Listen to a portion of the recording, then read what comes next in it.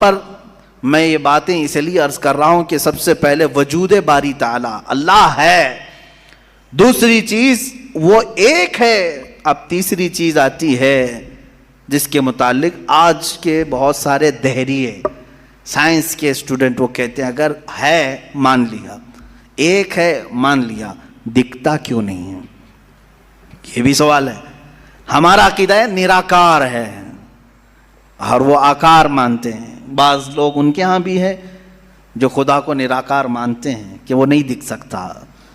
میرے عزیزو، یہ جن لوگوں نے ہم سے سوال کیا کہ پھر وہ دکھتا کیوں نہیں، وہ دکھتا کیوں نہیں، اس کے لیے میں جواب یہ بتاؤں گا کہ اگر انسان جس طرح سے آج پیدا کیا گیا، جتنی اس کے اندر کمزوریاں ہیں، انسان کی آنکھوں میں پورا کا پورا سورج نہیں سما پا رہا ہے۔ کڑی دھوپ میں سورج کو کیوں نہیں دیکھتے؟ وہ تو دکھ رہا ہے نا، تو دیکھو 1 گھنٹہ دیدار کرو، درشن کرو سورج کی، کیوں نہیں کرتے؟ نہیں کرتے آپ کے اندر تاب و طاقت نہیں ہے۔ سورج کروڑوں میل دور ہے، اس کو آپ پورے طور پر اپنی آنکھوں میں نہیں لے پا رہے ہیں، تو یہاں سے تم سب کو پتا چلا کہ میری آنکھیں کمزور ہیں، دنیا کی بڑی چیزوں کو میں سما نہیں سکتا۔ تو یہ تو سورج کے بارے میں کہہ رہا ہوں جو رب ذوالجلال کی ہزاروں نہیں کروڑوں تخلیقات میں سے ایک ذرہ ہے، اس ایک ذرے کو ہماری آنکھیں نہیں سما پاتی تو پورے کائنات کے خدا کو، رب ذوالجلال کی تجلیات کو کیسے سما پائیں گے؟ آنکھوں میں کیسے اسے سما سکتے؟ اسی لیے اللہ نے قرآن میں فرمایا لا یدرکہ الابصار، اس کو کوئی آنکھ گھیر نہیں سکتی۔ وہ کیوں؟ سوال بھی تو ہے کہ اگر گھیر لے آنکھیں، ہو کیا جاتا اگر اللہ کو دیکھ لیتے؟ تو اس کے متعلق فلسفی طور پر بھی اور اسلامی طور پر بھی میں بتاؤں، میرے عزیزو، عقیدہ ہمارا یہ ہے کہ اللہ، اس کا کوئی سائز نہیں، اس کا کوئی سائز نہیں، اتنا چوڑا، اتنا اونچا، اتنا لمبا، اتنا چھوٹا، یہ چیز ہے نہیں، ہم اس کو مان نہیں سکتے۔ تو جب آنکھوں میں تمہارے کوئی چیز آئے گی تو وہ سائز والی ہی آئے گی، کچھ تو سائز ہوگا اس کا، چاہے وہ 100 کلومیٹر والا ہو، اگر آنکھوں میں آ گئی تو سائز بن گیا، اور جس چیز کا سائز بن گیا وہ خدا ہو نہیں سکتا۔ ہمارے ہاں یہ عقیدہ ہے کہ اللہ تبارک و تعالی جسم و جسمانیت سے پاک ہے، مکان و مکانیت سے پاک ہے، اس کی یہ تمام چیزیں ایسی نہیں جس طرح انسان کی آنکھ، ہاتھ، پیر، منہ، پیٹ، یہ تمام چیزوں سے وہ پاک ہے، وہ جیسا ہے وہ اللہ بہتر جانے۔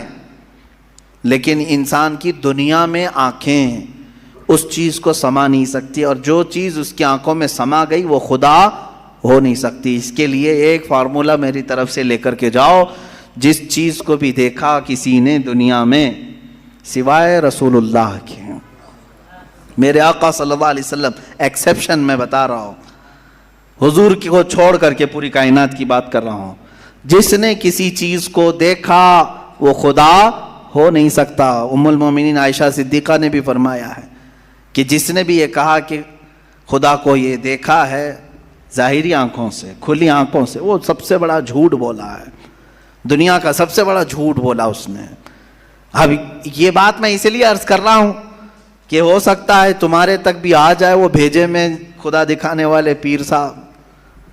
ہاں، کچھ لوگ خدا کو دکھا کر کے مرید کرانا چاہتے ہیں اور تانا مارتے ہیں، ارے میاں ہم تو دکھا کے مرید کرتے ہیں۔ دکھا کے کس کو؟ بکرے کے بھیجے میں دکھا کر کے، میاں ان کو یہیں خدا مل رہا تھا، معاذ اللہ رب العالمین، کلیجے میں نہیں، پھیپڑے گردے میں نہیں، جس چیز کے کھانے کا شوق پیر صاحب کو ہوا وہاں خدا دکھانا شروع کیا۔ نعوذ باللہ من ذالک، استغفر اللہ۔ یہ نہایتی جہالت ہے اور زندیق لوگ ہیں۔ میں آپ سب سے یہ کہنا چاہوں گا جو اس طرح کی بات کرے اس سے یہ کہو کہ پیر صاحب بڑے ہیں کہ موسیٰ علیہ السلام بڑے ہیں؟ کون ہے؟ موسیٰ علیہ السلام بار بار کہتے رہے مولا تو اپنا دیدار کرا دے، اور قرآن کہتا ہے لن ترانی، تم مجھے ہرگز نہیں دیکھ سکتے۔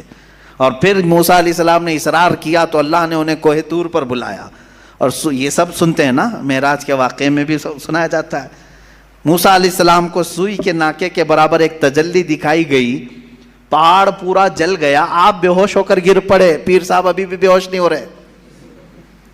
موسیٰ علیہ السلام جلیل القدر پیغمبر ہیں، نبی ہیں، وہ تجلی ہلکی سوئی کے ناکے کے برابر کی نہیں دیکھ سکے، تو ان سے سوال کرو آپ بڑے کہ موسیٰ علیہ السلام بڑے؟ آپ کے اندر اتنی پاور کہاں سے آ گئے؟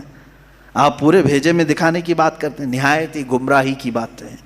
میرے عزیزوں، میں یہ ان لوگوں کے بارے میں کہہ رہا ہوں جو اپنے آپ کو مسلمان کہہ کر کے ایسی باتیں کر رہے ہیں، باقی دوسرے ہوں تو ان کو چھوڑ دو، ان کا معاملہ الگ ہے۔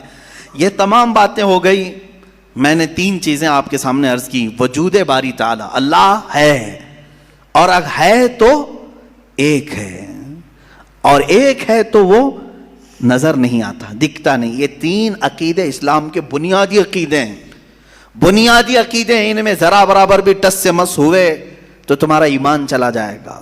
یہاں سے گمراہیوں کے دروازے کھلتے ہیں۔ جنہوں نے خدا کے وجود کا انکار کیا وہ ملحد ہو گئے، جنہوں نے اسے ایک سے زیادہ مانا وہ مشرک ہو گئے، جنہوں نے اس کو دیکھنے والا سمجھا وہ گمراہ ہو گئے۔ صحیح عقیدہ یہی ہے جو سورہ اخلاص میں اللہ نے فرمایا قل هو اللہ احد، محبوب آپ فرما دیں وہ اللہ ہے، ایک ہے، اللہ الصمد، وہ بے نیاز ہے، اللہ بے نیاز ہے، لم یلد ولم یولد، اس سے کوئی پیدا نہیں ہوا اور نہ وہ کسی سے پیدا ہوا۔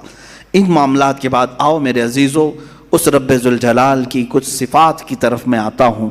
رب ذوالجلال رحمان بھی ہے، رحیم بھی ہے، کریم بھی ہے، غفار و ستار و قہار و جبار بھی ہے۔ اس کی 99 صفات پر اگر ہم ذکر کرتے چلیں، روز ایک صفت پر ذکر ہو جائے گا، راتیں تمام ہو جائیں گی۔ قرآن نے خود کہا ہے دنیا کے سارے درخت قلم بن جائیں اور سمندر سیاہی بن جائیں، اور اللہ کی تعریف و توصیف لکھنا چاہیں، سمندروں کی سیاہی سوکھ جائے گی، یہ درختوں کے قلم بنے ٹوٹ جائیں گے، ما نفدت کلمات اللہ، اللہ کے کلمات کو پھر بھی مکمل نہیں کیا جا سکے گا۔ یہ ہماری چھوٹی سی زبان اور تمہارے چھوٹے سے کان کہاں ان تمام کلمات کو سن سکیں گے یا کہہ سکیں گے، مگر ہم اتنا ضرور جانتے ہیں کہ ان تمام سمندروں میں سے ایک قطرہ بھی ہم نے اپنی محفل میں پا لیا تو یہ ہماری زندگی کی معراج ہے۔ اللہ رحمان ہے، یقیناً ہم نے اس کو بسم اللہ میں بھی پڑھا، سورہ فاتحہ میں بھی پڑھا، بلکہ ہم اپنے بچوں کو بھی یہی کہتے ہیں، ماں باپ کو بھی یہی کہتے ہیں۔ اب اس کے رحمان کی صفات دیکھنا ہے، کیسے رحمان کسے کہتے ہیں؟ رحم کرنے والا، رحم کرنے والا، نرمی کا معاملہ کرنے والا لوگوں کے ساتھ، بلکہ اپنی ساری مخلوقات کے ساتھ نرمی کا معاملہ کرنے والا۔ میں 2 ہی صفات پر آج گفتگو ختم کر دوں گا، اس کے رحمان ہونے کی اور اس کے قہار ہونے کی۔ دونوں کے درمیان ہمیں یہ زندگی چلانی ہوگی۔ اللہ رحمان ہے، اس کی جو زندگی یہاں ہمیں دیکھنے کے مظاہر ہیں وہ کیا ہے؟ ماں تم سے جتنی محبت کرتی ہے، کیسے تم رو تو گود میں اٹھا لیتی ہے، تمہارے بہت ساری چیزیں اپنے ہاتھوں سے صاف کرتی ہے، اپنے ہاتھوں سے بنا کر کے کھلاتی ہے۔ آخر وہ بھی انسان ہے، تم بھی انسان ہو۔ ماں تمہیں اٹھا کر کے اتنا جو پیار کرتی ہے، باپ تمہیں لے کر کے چلتا ہے، تمہارے لیے جوجھتا ہے، محنت کرتا ہے، آخر وہ کیوں مشقتیں اٹھاتا ہے، خون پسینے کی کمائی ایک کر کے لا کر اپنے بچے کو کھلاتا ہے۔ اب سنیں حدیث پاک میں ماں اور باپ کے دلوں میں یہ بچے کی جو محبت ڈالتی جاتی ہے، یہ اللہ کے رحمان صفت کا کچھ حصہ ہوتا ہے۔ یہ اس کی صفت کا تھوڑا سا حصہ جب اللہ ماں اور باپ میں ڈالتا ہے تو وہ بچوں سے اس قدر پیار کرنے لگ جاتے ہیں۔ اگر وہ رحمت کی صفت مولا ماں اور باپ کے سینے سے نکال دے تو ہر باپ اپنے بچے کو قتل کرنے پر بیٹھ جائے، ماں اپنے بچے سے دوری اختیار کر لے۔ ایسا نہیں ہوتا۔ ماں بوڑھی ہو جائے یا بچہ اس کا بوڑھا ہو جائے، پھر بھی ماں اس بوڑھے بچے کو بھی سینے سے لگاتی ہے، اس کے پسینے دیکھنا نہیں چاہتی، اس کی جبینوں پر خم نہیں دیکھنا چاہتی۔ یہ ماں کے اندر جو ہلکی سی بھی محبت آپ دیکھتے ہیں، یہ رب ذوالجلال کے رحمان کا اس کے مظاہر میں سے ایک مظہر ہے۔ اب اندازہ کرو اللہ تبارک و تعالیٰ اپنے بندوں سے کس قدر رحم کا معاملہ فرماتا ہے۔ آج ہم جو بیٹھے ہیں یہ بھی تو اس کے رحم کا ہی معاملہ ہے، اس کے رحمان ہونے کا ایک بین ثبوت ہے۔ ہم حضرت ابو بکر شبلی رضی اللہ تعالیٰ توجہ جاتا ہوں، سلسلہ قادریہ کے بہت بڑے بزرگ ہیں۔ آپ سے پوچھا گیا کہ حضور سنا ہے کیا آپ کی بہت ساری کرامتیں مشہور ہیں، کوئی کرامت ہمیں بھی دکھائیں؟ توجہ، بہت سارے لوگ کرامت کے نام پر گمراہ بھی ہوتے ہیں. لوگوں کو ایسا لگتا ہے کہ کہیں جیب میں سے جلیبی نکال کر کے کھلا دے، ابھی کیا ابھی وہی پیر کرامت والا ہے، اچانک کچھ نکال کے دکھایا ہے. حضرت ابوبکر شبلی نے تو ایک الگ ہی کرامت بتائی. کیا کرامت بتائی جانتے ہیں؟ حضرت ابوبکر شبلی فرماتے ہیں میاں ہمارا اس زمین پر زندہ چلنا پھرنا ہی بڑی کرامت ہے. کہا کیوں؟ کہا ہم اتنے گنہگار ہیں کہ زمین پھٹ جائے اور ہم دھس جائیں، پھر بھی زمین نہ پھٹتی ہے نہ ہم دھستے ہیں. یہ اللہ تعالیٰ نے کرامت ہی تو دیا ہے. یہ کرامت تو اللہ نے سب کو دیا ہے. یہ رحم کا معاملہ اللہ نے سب کے ساتھ کیا ہے، آپ کے ساتھ بھی، بلکہ ان کے ساتھ بھی کیا جو اسے مانتے بھی نہیں ہیں، جو اسے گالیاں دیتے ہیں، ان کے ساتھ بھی رحم کا معاملہ کیا. سیدنا ابراہیم علیہ الصلوۃ والتسلیم کے ساتھ ایک معاملہ پیش آیا. آپ بغیر مہمان کے کبھی کھانا نہیں کھاتے تھے، 2 دن بھی اگر کوئی مہمان نہیں آتا تو آپ کھاتے نہیں. ابراہیم علیہ السلام 2 دن تک بھوکے رہے. تیسرے دن ایک مہمان ملا، اسے لے کر کے آ کے دسترخوان پر بٹھا دیا.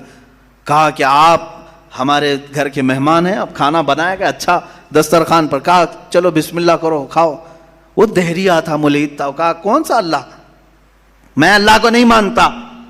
اتنا کہا ابراہیم علیہ السلام کو جلال آیا. آپ نے دسترخوان کھینچ لیا، کہا اٹھو گھر سے، نکلو باہر جاؤ.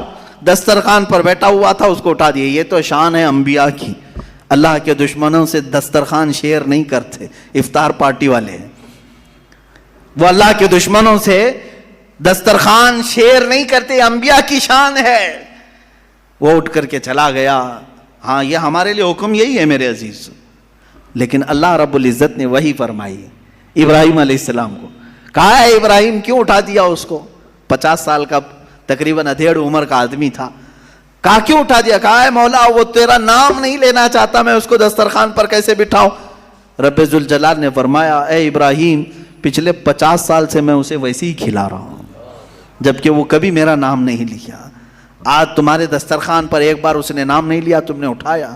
میرے عزیزو اس کا مطلب یہ نہیں ہے کہ اس کا نام نہ لے تو بھی ہم کھلائیں، وہ تو سنت الہیہ ہے، وہ مولا کریم کی صفات ہے. لیکن انسان کے اخلاق تو یہی ہے کہ انسان اپنے رب سے اگر محبت کرتا ہے تو اللہ رب العزت کے دشمنوں سے کبھی دوستی نہیں کر سکتا. قرآن بھی یہی کہتا ہے یا ایھا الذین آمنوا لا تتخذوا عدوی وعدوکم اولیاء، اے ایمان والو میرے دشمنوں اور اپنے دشمنوں کو دوست نہ بناؤ. یہ انہی آیات میں سے ہے جن 26 آیاتوں میں سے نکالنا چاہتے ہیں. آئیں گے انشاءاللہ، وہ ٹاپک بھی آئے گا انشاءاللہ. قرآن پاک کی جن 26 آیات پر لوگوں کو تو یعنی پیٹ میں مروڑ ہوتا ہے، پیٹ میں مروڑ ہوتے ہیں. ان آیات میں سے ایک آیت یہ بھی ہے، سورہ ممتحنہ کی پہلی آیت ہے. اللہ فرما رہا ہے اے ایمان والو لا تتخذوا عدوی وعدوکم، میرے دشمنوں کو اور اپنے دشمنوں کو اولیاء یعنی دوست نہ بناؤ. میرا رب نے اتنا حکم کیا دیا، ان کو تکلیف شروع ہو گئی. قرآن جو ہے نفرت سکھاتا ہے، قرآن نفرت. یہ تمام انشاءاللہ العزیز زندگی باقی رہی یہ 26 آیتوں کا جو مضمون ہے یہ ان کی کتابوں سے بھی میں نکال کے دکھاؤں گا. سیم ٹو سیم چیزیں، سیم ٹو سیم چیزیں وہاں پر بھی موجود ہیں. تو پیدا کرو کسی اور وسیم گندے رافضی کو جو وہاں سے بھی نکال سکے. عزیزان گرامی وقار، بات میں عنوان سے ہٹ نہ جائے اس لیے میں عرض کروں گا وہ رب ذوالجلال رحمان ہے، اور اس کے رحم کا معاملہ تو ہے، اس کے رحم کا معاملہ ہے کہ آج جس طرح سے لوگ ہمیں پیش کرنا چاہ رہے ہیں کہ یہ ایک ڈراؤنی شکل ہماری بنا کر کے اسلاموفوبیا یعنی مسلمانوں سے لوگوں کو ڈرانا، یہ اگر تمام دوسرے قوموں کی طرح بھی ہو جاتے تو میرے عزیزو یہ سب کا جینا حرام کر کے رکھتے. ہمارے ہاں آخرت کا تصور ہے، ہمارے ہاں رب ذوالجلال کو جواب دینے کا تصور ہے، ہمارے ہاں اللہ رب العزت کے دیکھنے کا تصور ہے کہ وہ ہر گھڑی ہمیں دیکھ رہا ہے. یہ تمام تصورات لے کر کے مسلمان جی رہا ہے. تم کہہ رہے ہو یہ آتنکوادی ہے، دہشت گرد ہے، اور جو اس طرح سے کر رہا ہوگا اس کا تصور ختم ہو چکا ہوگا. ہمیں تو اللہ رب العزت کے ہونے کا اتنا احساس ہے کہ رات کے اندھیرے میں بھی ہم ڈرتے ہیں کوئی ایک گندی تصویر بھی دیکھنے کے لیے، جبکہ کوئی نہیں دیکھ رہا ہے. اس لیے کہ مسلمان اس عقیدے کے ساتھ جیتا ہے کہ اللہ لا الہ الا هو الحی القیوم لا تأخذہ سنۃ ولا نوم. مسلمان اس عقیدے کے ساتھ جیتا ہے وہ اللہ ہے جو حی ہے اور قیوم ہے، اسے نہ اونگ آتی ہے نہ نیند آتی ہے، یعلم خائنۃ الاعین وما تخفی الصدور، تمہاری آنکھوں کی خیانت کو بھی وہ دیکھ رہا ہے، تمہارے دلوں کے گزرنے والے حالات سے بھی وہ واقف ہے۔ ہم اس تصور کے ساتھ، اس عقیدے کے ساتھ جی رہے ہیں۔ بہرحال میرے عزیزو، اس کے رحمان کی صفات بے شمار ہیں، بے شمار ہیں، اور اس کے کام حکمت کے ہوتے ہیں۔ بعض لوگوں کو ایسا لگتا ہے کہ نہیں وہ رحمان ہے، رحمت تو کر رہا ہے، میرے ساتھ تو نہیں ہو رہا ہے، میرے ساتھ تو نہیں ہو رہا ہے، میں تکلیفوں پہ تکلیفیں اٹھاتا ہوں۔ میرے عزیزو، صبر نہیں کرتا انسان اور اس طرح کی باتیں کر جاتا ہے، یا ایسا ہی گھبرانے والا آدمی ہے جیسے کوئی ٹرین سرنگ میں جائے، ٹنل میں جائے تو کچھ جو باولے لوگ ہوتے ہیں اچھل کود کرنے لگ جاتے ہیں۔ کبھی ٹرین کا سفر کیا آپ نے؟ اور ٹرین کبھی ٹنل کے اندر جاتی ہے، پہاڑ کے گوفے کے اندر، کیا ہوتا ہے؟ اندھیرا آ جاتا ہے، اندھیرا، اتنا اندھیرا آتا ہے، تو جو عقل مند ہوگا وہ سیٹ پہ بیٹھا رہے گا، اور جو باولا ہوگا اچھل کود کر رہا ہے، اسے ایسا لگتا ہے دنیا کیا سے کیا ہو گئی، ٹرین کہیں کھڈے میں چلی گئی۔